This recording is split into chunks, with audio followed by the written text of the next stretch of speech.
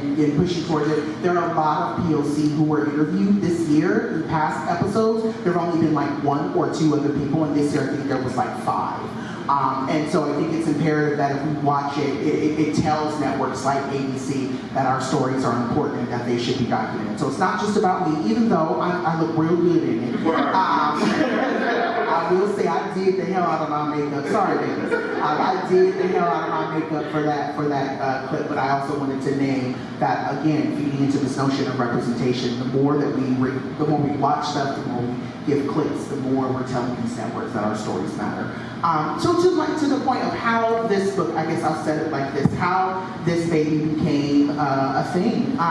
So it started, I'll give you the walkthrough.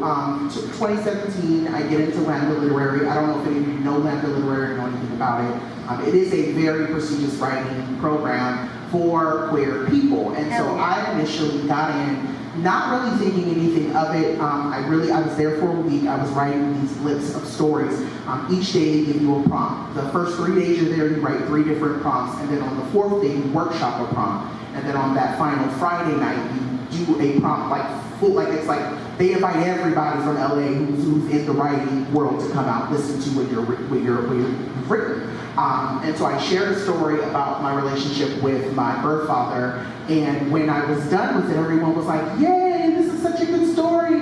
We think you could do something. So like that Saturday, someone was like, oh, you should turn this into a book. And I was like, oh, okay. And so I kind of like, scurried home. And then when I got home, I reread it again, and I was like, oh, girl, you are pissed.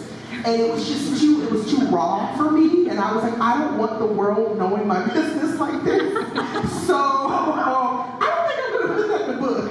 And so I sat on it. I sat on it for about 3 years, and I would always go back to the doc I was working on in Google. I had friends who were putting out books, and my friend Carkeisha put a book out, my friend Travell put a book out. And so it always became a game of like, in the circle that I run in, they're like, when are you going to put your book out? And I'm just kind of like, girl, I'll put it out whenever I'm ready.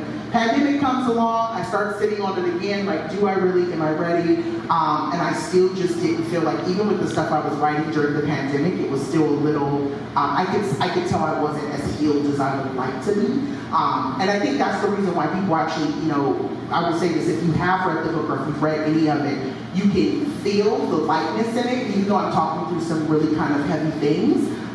You can very much hear in my voice that I've really come to terms with a lot of what's on the page. And that's what I wanted to do. And so 2022, when we started shopping the book, I still didn't really know what this book was going to be. I just knew that I had a story to tell, and I wanted to tell it. And then fast forward, we spent all 2022 working on the actual proposal. 2023, we had a couple of people interested in buying the book, but the feedback I kept getting was, there's no market for this, there's no market for a story like yours. That's basically what, I keep that number, 23 different publishers told me there is no market for this book.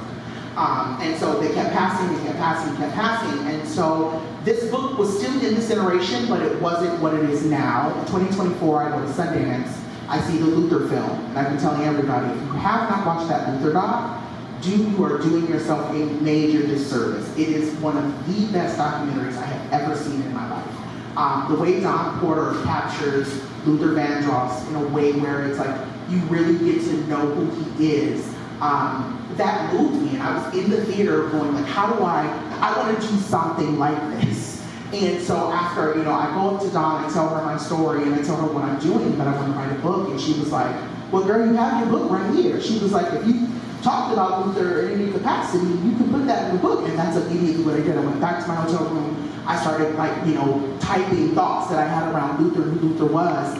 And then right the next day, a friend of mine hit me and said, hey, I think you should put your Andre Leon Talley story in it as well. And it literally just started becoming that. It just became the story of me talking about how these people, Andre Leon Talley, Luther, as you all can see up there, Miss Florence, Derek J., all of these people, how they literally inspired me to really stay alive. I think that's really what this book is. It's really an explanation of how does this little black kid who doesn't know themselves or love themselves stay alive. and how these people helped me do it, and hence we are. And I think for me, I'll say this and then because I can talk for days, girl, y'all know I got a podcast, so this is what I do anyway. But I think it says a lot, after Wiley buys the book, and yes, I've gone up and down with my girls over at Wiley, but we figured it out. The one thing I think is really cool, I get like weekly reports on how this book is doing, and this week we've officially hit 3,100 copies sold. I think, in the email, my editor was saying, it's insane that a book that was that was said that would not have a market and that no one would actually, no one's looking for a story like this, has literally sold 3,100 copies, and that's in 3 months. The book just launched in March. And so what the notion is that if we keep the same momentum, I can hit 10,000 copies of this book being sold in a year, which is very, very, very, very rare for a first-time author. So I say all of that to say, for anybody who's sitting in here on a dream or a thought and being told that it's not possible, grab this book because it's kind of living proof that possibility exists. So.